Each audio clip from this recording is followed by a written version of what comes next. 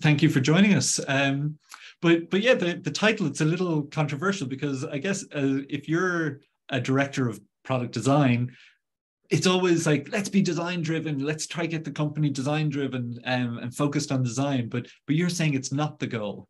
So first off, can you just help me out by just defining what are the other types of driven our organizations? So if design driven isn't the goal, can you just explain maybe some other types of how organizations could be driven?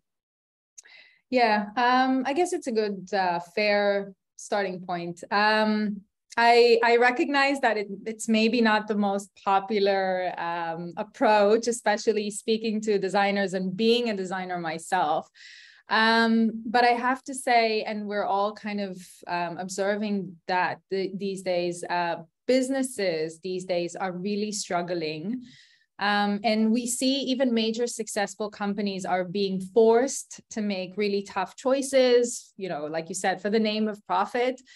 And I think that we're starting to see a lot of companies rethinking their business model, their value proposition. They're making major changes in their priorities and their execution. And obviously, the worst part of it is letting go of some of their staff. And maybe even some people who are watching this right now have already been affected by these moves.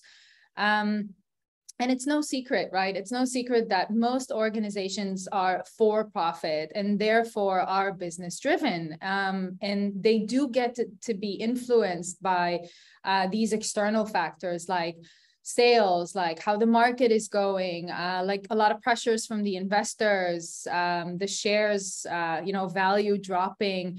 And all of these things are basically to be able to keep paying people salaries and keeping the company thriving and successful. This is nothing against design or nothing against the people. It's just for the business itself.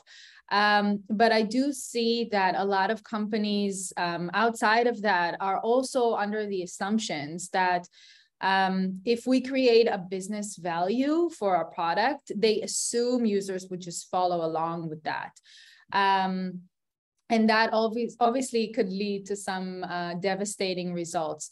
But I'm not just talking about the extreme cases like that, but even companies like, if we take Netflix, for example, a major successful company, Netflix, who's considered to be more user-driven and more customer-driven, they've actually lost more than 1 million subscribers over the course of the last 6 months since the beginning of 2022.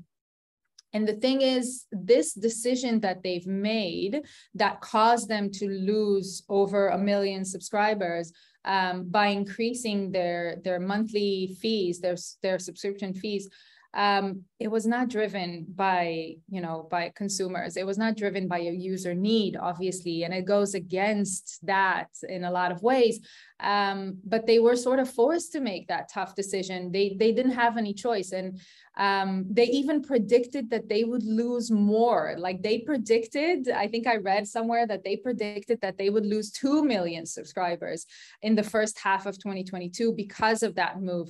And they went at it fully on. They were aware of what they were doing, but they had no other choice, right? Like you said, companies these days are forced to make really, really tough decisions. And unfortunately, this is the trend that we're seeing, and most companies are, business driven. So that's a great example. Is there a problem in that? Like, so what I mean by that is, if their projections were that they were going to lose 2 million people, they obviously have figured out that, okay, if we can earn this much more revenue per user and we have this much less users, we still end up better off. And the fact that they didn't lose as many as they projected means that they're actually much better off than they were expecting. So is that bad that they're being driven by the business there instead of so yes, they've lost users, but they're doing well. Exactly. I mean, I guess that their case is like you said, it's relatively okay because they didn't lose as many as they predicted. But obviously that choice didn't make people happy, right? And the fact that people chose to unsubscribe because of that move just goes to show you that this was purely driven by the business. Great. So that's a good example of kind of, I guess, business driven. What's your definition, or how do you define design driven? Okay, before I answer that, I wanted to share one of my everyday challenges with you that maybe kind of helps demonstrate that, or that I would say that inherent tension between design driven and business driven. So FoodPanda is, some people are on the call probably are aware of our brand, some are not. FoodPanda is a food delivery service that provides, delivery from restaurants or from shops to consumers. We operate in a lot of different markets, mostly in APAC and Europe. And obviously we are affected by these moves these days with what's going on in the market, and our business teams are extremely zoomed in and focused on, creating profit and our revenue. And therefore, from their perspective, from their angle, they're mostly focused on the ordering process, on the checkout process, on what happens when a user goes into our platform, how quickly they're able to make a purchase and then check out and pay for that order. It doesn't mean that they don't care about what's going on afterwards, but it sort of gets deprioritized compared to the actual booking process, ordering process. And for us as the design team, we actually understand that the value of post-order is just as important as the actual ordering process itself. So we are forced to push for this to get prioritized.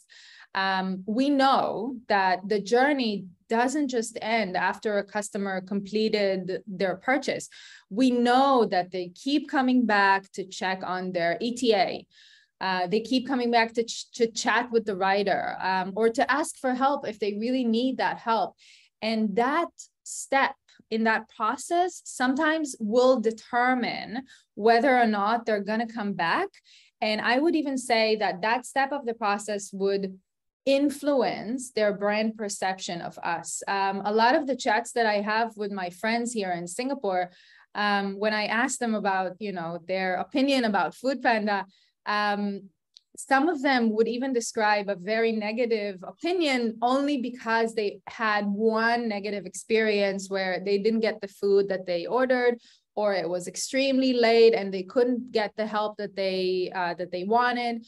And that really kind of stuck with them. That one time that the journey didn't end well, really, really stuck with them. So in terms of priorities, it's extremely difficult, right? Like we want to prioritize that. We obviously care about the ordering process itself, but that inherent tension between the business and design is always there. And, I predict that design managers are going to be under a lot more pressure in the near future because of that, because business is pushing for a lot more business-driven prioritization.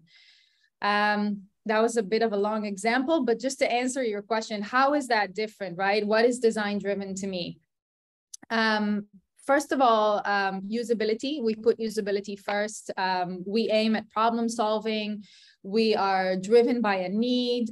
We want to make sure that it's desirable, that it's attractive for the users. And we also are obviously driven by a lot of design insights that are coming in from these research and studies.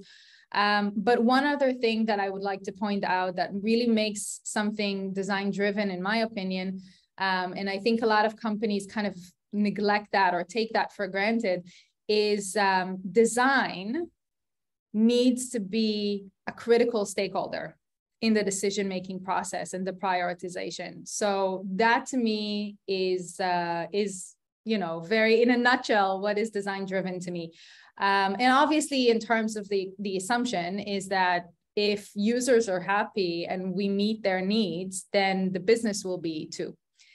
Yeah, I hope that answers the question. That ties in perfectly with the workshop earlier where John Cutler was presenting about North Star metrics, and he was saying that revenue, a lot of companies are all about revenue, but revenue is a kind of a lagging indicator of customer satisfaction and how happy they are. So yeah, that's a great sales pitch for design driven, but the title was we shouldn't be. So why, like, that sounds like we should kind of shift from being so revenue focused and focus more on the experience, so that we don't have those negative experiences that then you don't get the repeat customer, revenue gets hit, etc. Okay, so obviously I'm biased, right? I am a designer after all, but I have to say that, you know, when I first started in my career, I was really sold on the idea of being fully on design driven, and I was questioning, like, why are these companies and why are these customers that I had back then are not able to understand the importance of design driven and the investment that they need to make. But you know what? Bottom line, it is an investment. It comes at a cost, right? UX is relying a lot on insights, on data, and all of that takes a lot of time and people to get. And not just people, you know, these people need to be, you know, specialized. And you talked a little bit about that when you were talking about projects. But in reality, yeah, you need to have different specialities in order to get the right insight and the right support that you need. And as the team scales and we grow bigger and bigger, we start to noticing more and more of these, like, very, very unique specializations that are required. And from a business perspective as well, all of that really takes a lot of time to execute. And I feel like time to market sometimes is not just longer when it comes to being more design driven, but it becomes critical in a sense, especially if you have strong competitors that are neck to neck with you or breathing down your neck, and they might sometimes beat you to it. My team, back in the early days when we were just getting started, we once spent about 8 months in research and execution of this feature that we really wanted to launch. And ultimately, it was really heartbreaking because our competitors actually beat us to it by 1 month.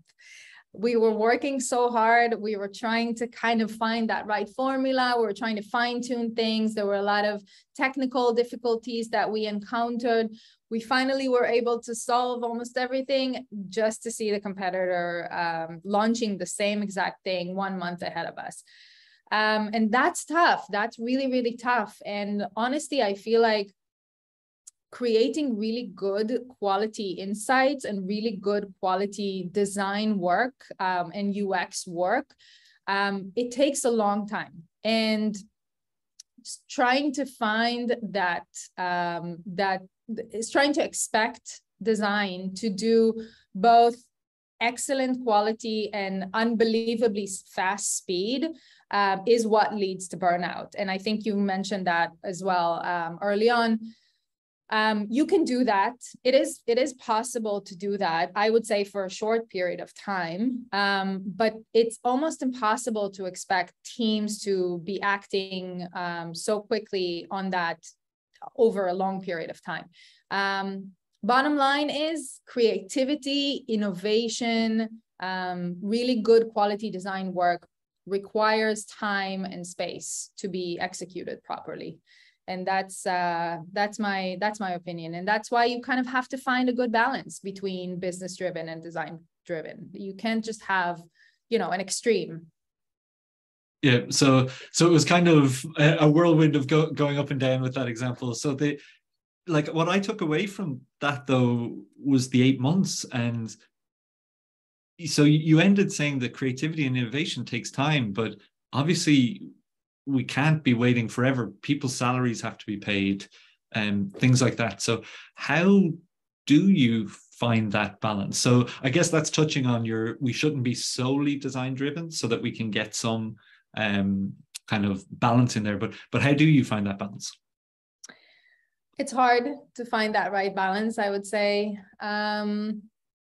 I think it really comes down to what it is that we're investing in, to make sure that we have our priorities in order, and really trying to convey everyone that we can't have it all. We need to be more focused on fewer things, but doing those things properly. And there would be projects that would require 8 months of work for us to deliver on. But there might be projects where we can deliver in 1 month or 2 months, right? So I don't think it's completely black and white, and I don't think there is one design process that will meet every single requirement and will create a major impact on everything we do. Okay, great. It's the awkward. It depends on the context, right, of what you're working on, but yeah, it's what you mentioned there was kind of getting people on board. And one of the challenges I've seen in a lot of organizations is it's great the sales pitch, but you need the money kind of to get the team together, to invest the time, to do the research, and as you said, it has a cost. So one of the people or the groups that's most important to get on board would be your senior stakeholders in your organization. So how do you go about trying to convince them with the arguments that you've just made there, that if you're so focused on revenue, it can impact the experience, but if you focus on the experience, it'll impact the revenue in a positive way? Yeah, that's a hard one. I can't say that I have all the answers, unfortunately. Maybe I'll never have, maybe I'll never have all the answers. I can share a few things that worked for me, and things that I'm still fine-tuning for myself as well. I feel like my role these days is kind of lodged between design and business. I'm constantly finding myself speaking on behalf of the business to my designers, and I find myself speaking on behalf of design to the senior stakeholders. So I'm sort of like in between the two. So I can share a few pointers or a few methods that worked for me. So first of all, I would say, if you are able to find a champion in the executive team, that could really, really open up some doors. By that, I mean someone who's higher up, who can open some doors for us to demonstrate better design value, or to, put in that money and investment. And someone that really understands the great value of design, of user experience. So if you can find someone like that from the executive team and speak to them and build the relationship with them, they can be your champion. They can really help open up some of these areas and some of these doors for you. So that's number one. Number two, I would say, if you start small, and if you focus on the quick wins and you're able to gain the trust of the stakeholders and you demonstrate that value, that really, really helps a lot. It doesn't always mean like you have to accomplish major projects or major changes. I think we notice that in design, that sometimes these smaller things that we launched, that we didn't invest so much research in, and we didn't put so much time in, but it was just like a small adjustment, really, really made a huge difference. I remember when we were first launching the first version of our design system. The first version was honestly so minimal, so small, because we didn't want to like completely overhaul the entire UI. That obviously takes too much time, right? The first version was so minor. We cleaned out some of the fonts. We, instead of having like these squarish boxes, they were more rounded. We made sure that all of the shadows are like correct and aligned. The CTAs, all the consistency of our CTAs were all there. It's all mapped to the same location. Everyone is using the same code.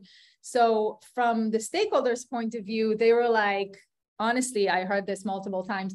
They were like, oh, okay, so you're doing that round corner thing, right? And I'm like, okay, sure, round corner. But obviously, after that whole thing, that whole project came to life, even though technically there were small changes, it really made a huge difference. And that actually is one of the reasons why we got approval to hire a full tribe to be working on our design system. And that's definitely not an obvious thing in our organization. So like I said, start small, focus on quick wins, demonstrate value, make sure that you iterate quickly on these changes. So you don't just sit around and wait for the applause, you quickly bounce back and you do more.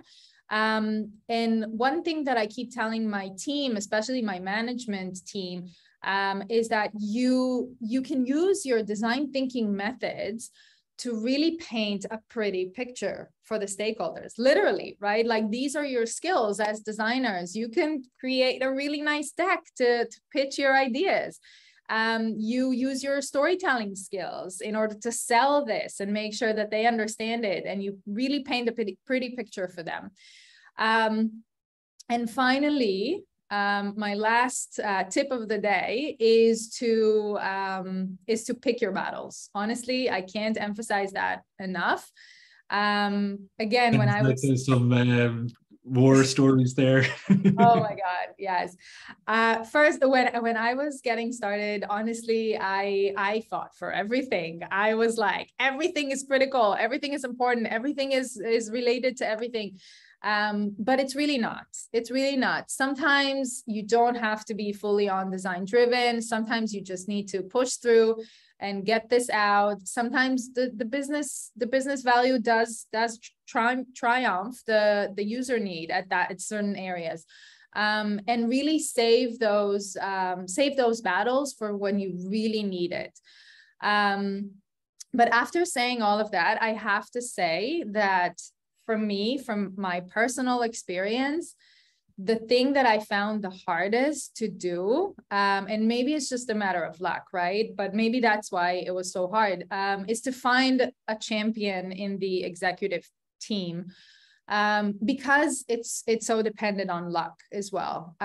Because there were some companies that I worked for that I felt like no one had that design mindset. No one was, I mean, they wanted to do that, and because they heard it, some sort like a slogan that they heard, and they know, okay, this should be valuable for our team, or this is a principle that we do want to live by.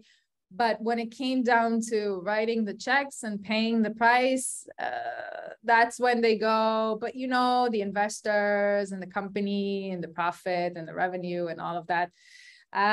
So that to me was actually the hardest part, was to find that champion. But one kind of loophole or a side door that I found recently that kind of helps in most cases is to kind of rally up the support of your peers and coworkers, because there is a strength in numbers. That might be a lot more work for a manager to do, or for a designer to do. And to be honest, at certain times, I kind of feel like I'm running an election campaign, because I'm just like fighting for support and like, can you vote for me in this initiative, for this impact? Can you vote for me? But it does help. I mean, there is a very strong sense of numbers, especially if these people are your product peers or your engineer peers, and they're also supporting that idea. It does open up some doors for the executive teams to reconsider or try to, walk a little bit in your shoes. And I think that really helps a lot.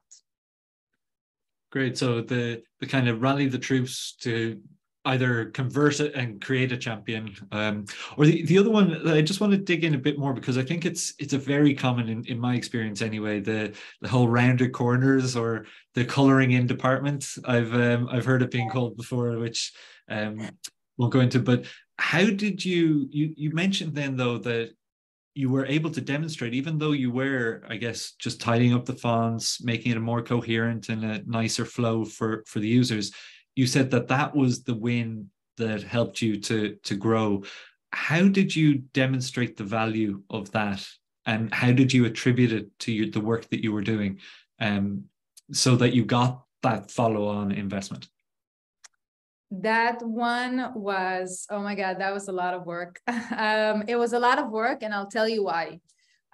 In order for us to just do that, we had to pull some designers from their existing projects, but we couldn't, at that time, we didn't have enough people. So we couldn't just completely let them abandon the work that they were doing. So it's almost like they were double heading as like the design system champions for us, plus they were doing their normal day-to-day work. And for me, I was just like every day, like reviewing everything that they were doing, giving feedback, making changes, making suggestions, making some tough calls, because like this, I knew that this will affect experiences for millions of our users across all of these markets. That's a lot of pressure. That's a lot of pressure on design managers. That's a lot of pressure on the executioners themselves. And of course, in terms of tech support that we required, that was really challenging. A lot of the engineers were not used to working so closely with the designers on these what they call smaller UI changes. And they didn't even understand, why are we putting so much effort and emphasis into this? Like, what's wrong with this font? It looks exactly like that font. And we were like, no. And what really helped at the end of the day is, okay, one thing was very simply just putting screen A, the existing screen that we have, and screen B, what we're trying to achieve, and just showing them the differences side by side. It makes a huge difference. I have a funny story on this. It's not really related to design, but when I was looking to buy a new television, when you're looking online and you see the specs, it doesn't really mean much to you. You know, it's like, oh, this one is like a little bit higher than this, but what does that actually mean? But when you go to the store and you actually see the screens side by side with different companies, different brands, different specs, then you go, okay, now I understand it. So making it very, very visually apparent to them that even though it seems to be smaller, if you put it side by side, you can really, really tell the difference. Like, something about it just makes it look more tidy, more neat, more clean. But I think overall, in terms of design system, what really kind of was the last thing that got us the confirmation, the approval, was the fact that I mentioned that once we put it to code and these become actual components that we can reuse in future projects, then in terms of execution time, in terms of time to launch, we might be able to shorten that by like 20%. And that's when they go, okay, we're in. Excellent. That's great. There's a question actually I want to throw in from the audience. Melissa has asked, would quick wins set a precedence in creating the wrong expectation with stakeholders that design is always going to be so quick? So back to your point about you need time to kind of innovate. So what's your thoughts on that? Quick wins is easier said than done. I think if you have the time, then it's great. Then you can really demonstrate that over a short period of time or a long period of time, then that really helps out a lot. If you don't have the time, then you really need to pick what you demonstrate quickly. right? Because sometimes these, and even for us as design, I feel like it's a gamble. Like, I don't even know sometimes if, to me, it looks amazing. And I think it's a great example of a project that was design-led, design-driven. And I think it really will speak volumes. And once I show these to the stakeholders, they would love it. And then I'm wrong sometimes.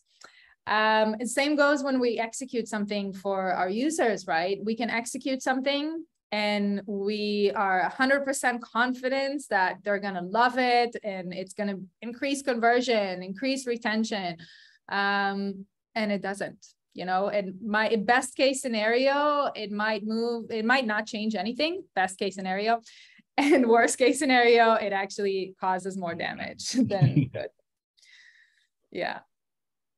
Okay, so it's a kind of a, yeah, it's almost a context, but I think the quick wins can be a great way of just building, as you said before, building the trust, because that needs to start. And once you've developed that, then you can have the conversations where you go, no, actually, we can't just do quick wins the whole time. We need a bit more investment and a bigger team. Yeah. We've been talking about kind of convincing the stakeholders that design driven is the right thing. What about the designers who were like you in your past self, who was kind of, no, we have to go 100% design driven? How do you convince them that actually you need to get the balance right as well?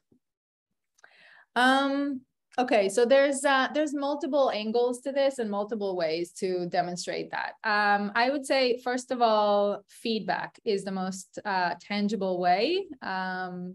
Just quick feedback from the stakeholders, getting them to give us more buy-ins basically on our work, on our project. That's obviously demonstrates that really quickly. I think one of the highlights that I point out in terms of like a success metric for why you should be investing in this, we start noticing that the business stakeholders start speaking the design language. And they're using our jargon, and they're using examples that we gave them, and it's kind of like we pull them on our side and they use it properly. I think a lot of designers were worried about them misusing it or using it against us, but it's really up to us to kind of onboard them to our universe, to our world. And once we bring them in and they start speaking our language and we are both on the same page, I mean, this is a quick win for everyone. I recently started noticing that designers are speaking the business language a lot more. They're speaking in pain points, they're speaking in challenges, they're finding opportunities in their scope that will not just benefit the user, but would also benefit the business, which I think is amazing. And it's not just about the way that they phrase it, it's also their mindset is completely changed, because now they're working in multi-dimensions. They're not just thinking, oh, user, usability, accessibility. They're also thinking, okay, how does the business benefit from this, or at least doesn't lose from this? You know, I think this change in mindset is going to bring both designers and stakeholders closely together and understand each other a lot more. And we will start to see that the business will give creatives more time, more autonomy, more freedom to do their job. And these things are super, super critical. I can tell you that as a manager, I sell these things to the business as a value, because I truly believe that motivation is an investment and businesses should invest in it, because in most cases, these things really, really pay off. And I think these overall help build stronger teams and stronger bonds between the designers and the business, and between not just designers, but between employees and the company and the brands, and provide that brand loyalty that we all want as managers. And I really sell that to the business stakeholders as a value, as a proposition.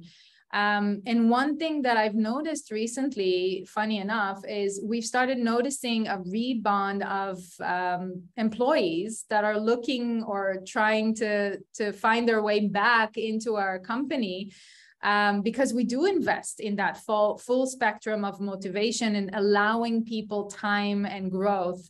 And so they go out. I mean, we've seen that happen especially this year, beginning of the year. Huge resignation. People went out, they start exploring different opportunities, different companies, and they realize the value that we provide as a team. And maybe they also realize that the grass isn't always greener on the other side.